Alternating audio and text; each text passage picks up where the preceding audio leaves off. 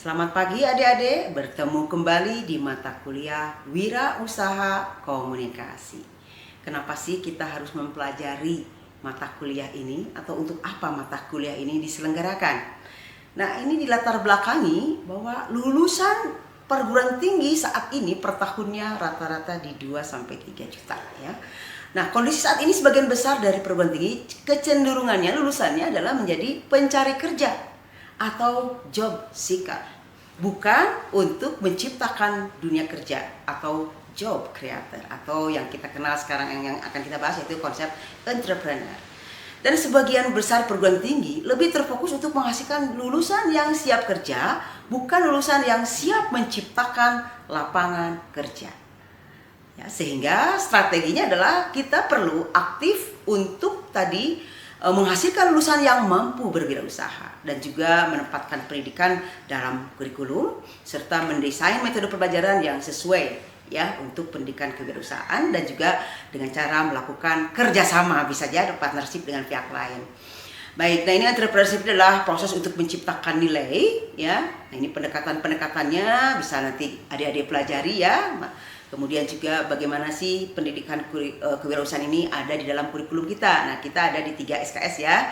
Ini kemudian juga tidak hanya dalam kurikulum ini hanya aspek pengetahuan, tapi juga harus ada namanya aspek sikap dan juga skillnya atau keterampilan, dan juga tadi sikapnya sikap berwirausaha ya. Kemudian juga membentuk mental yang ditindaklanjuti dengan kegiatan yang dapat mewujudkan tadi nilai-nilai entrepreneur pemula. Oke ya.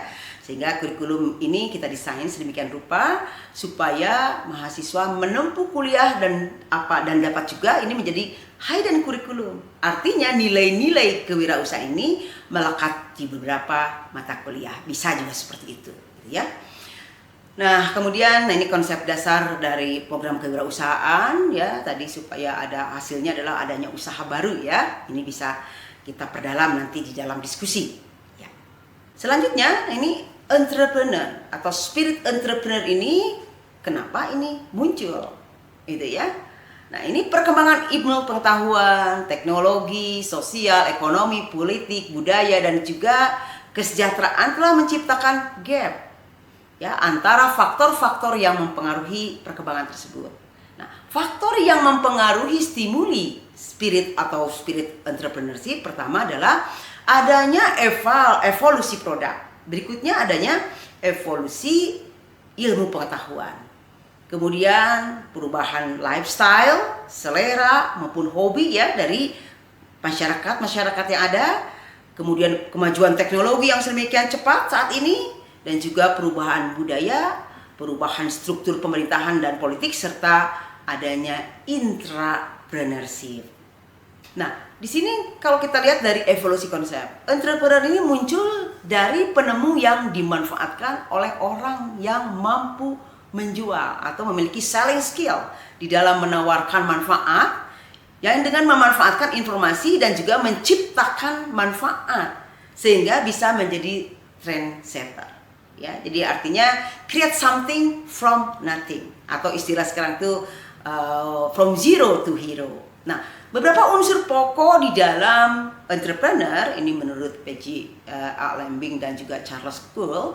Pertama adalah kemampuan dalam membaca peluang, berinovasi, mengelola serta menjual.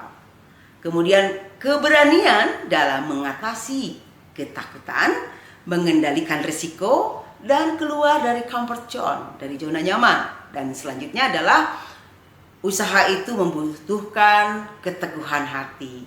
Ya, jadi jangan cepat down pada saat kita gagal. Harus ulet, persisten, kemudian juga harus teguh keyakinan, determinasi dan juga power of mind harus kuat di dalam berpikir. Dan tentu saja yang akan kita bahas di materi yang nanti akan datang yaitu adanya kreativitas. Bagaimana kita menjadi entrepreneur? Pertama, pikirkan dulu ya, putuskan. Jadi jangan ragu-ragu, kalau masih ragu jangan dulu. Berikutnya kita memulai, baru kemudian kita membangun bisnis. Setelah kita bangun bisnisnya, maka kita promosikan dan baru kita operasikan dan realisasikan dalam kehidupan sehari-hari. Ini ada beberapa level-level di dalam entrepreneur. Ya, nah kita ada di mana nih, adik-adik? Apakah level 0, unemployed, di mana di sini di level 0 ini adalah risk free. Keterampilan yang diperlukan adalah selling skill. Dan kita masuk ke level 1, employee. Nah, di sini pegawai-pegawai ini memiliki resiko yang sedikit ya, kecil. Mau rugi mau untung dia tetap masih dapat pendapatan dari perusahaan. Atau kita masuk ke level berikutnya. Nah, ini bisa dilakukan oleh kita ya, adik-adik mahasiswa, self business atau self employee. Nah, kita menjadi bos atas diri kita sendiri, kita bisa menentukan keuntungan berapa dan lain-lain ya. Tapi sambil mengerjakan juga yang lainnya gitu ya. Dan yang ketiga adalah ini benar-benar yang sudah mulai masuk ke dunia usaha, yaitu businessman ya, dimana kita menjadi business ownernya, pemiliknya gitu ya. Dan yang paling menantang adalah level investor. Nah, ini benar-benar ini businessman yang memiliki spekulasi yang tinggi, benar-benar spekulasi, truly speculative businessman. Oke. Nah, berikutnya ini adalah kunci dari entrepreneur. Nah, ini nanti jadi tugas ya, adik-adik. Ini bagaimana how to build a spirit entrepreneurship. Di situ ada teori kreativitas, ada benang merah bisnis kita, dan ada riset-riset dan juga tadi uji coba terhadap peluang-peluang yang ada, dan kita harus menentukan namanya golden opportunity. Baru kita masuk bagaimana kita masuk ke dalam pasar. Nah, disinilah kita merumuskan yang namanya strategi bisnis dan juga menciptakan bisnis sistemnya seperti apa. Ya, dan juga cash flow, keuangannya, ya. Nah, setelah kita lancar berusaha dan lain-lain, baru kita mulai bagaimana membangun usaha yang kelas dunia, star company, gitu ya. Nah, disitulah strategi-strategi bisnis harus kita ini kembali ya, kita review kembali seperti apa, kemudian kualitas tentang konsep kualitasnya juga harus kita perdalam, manajemen strategiknya ya, dan lain-lainnya seperti itu. Nah, bagaimana kemudian selanjutnya adalah how to promote ya, how to promote usaha kita ya, your business. Nah, disinilah adik-adik marketing komunikasi diperlukan. Mata kuliah ini tidak berdiri sendiri, mata kuliah terkait dengan mata kuliah yang lain yaitu marketing communication, dan bagaimana dalam hal ini marketing strateginya dan juga selling skillnya. Oke ya, ini menjadi tugas ya adik-adik ya. Tugas pertama di mata kuliah ini adalah adik-adik harus bisa menjelaskan tentang the key of entrepreneurship. Ya, selanjutnya, nah ini adalah filosofi entrepreneurship ya, atau entrepreneur skill. Nah, banyak ya yang harus kita pelajari, makanya kemampuan berwirausaha itu bukan hanya satu kemampuan bidang, tapi multi bidang harus kita kuasai.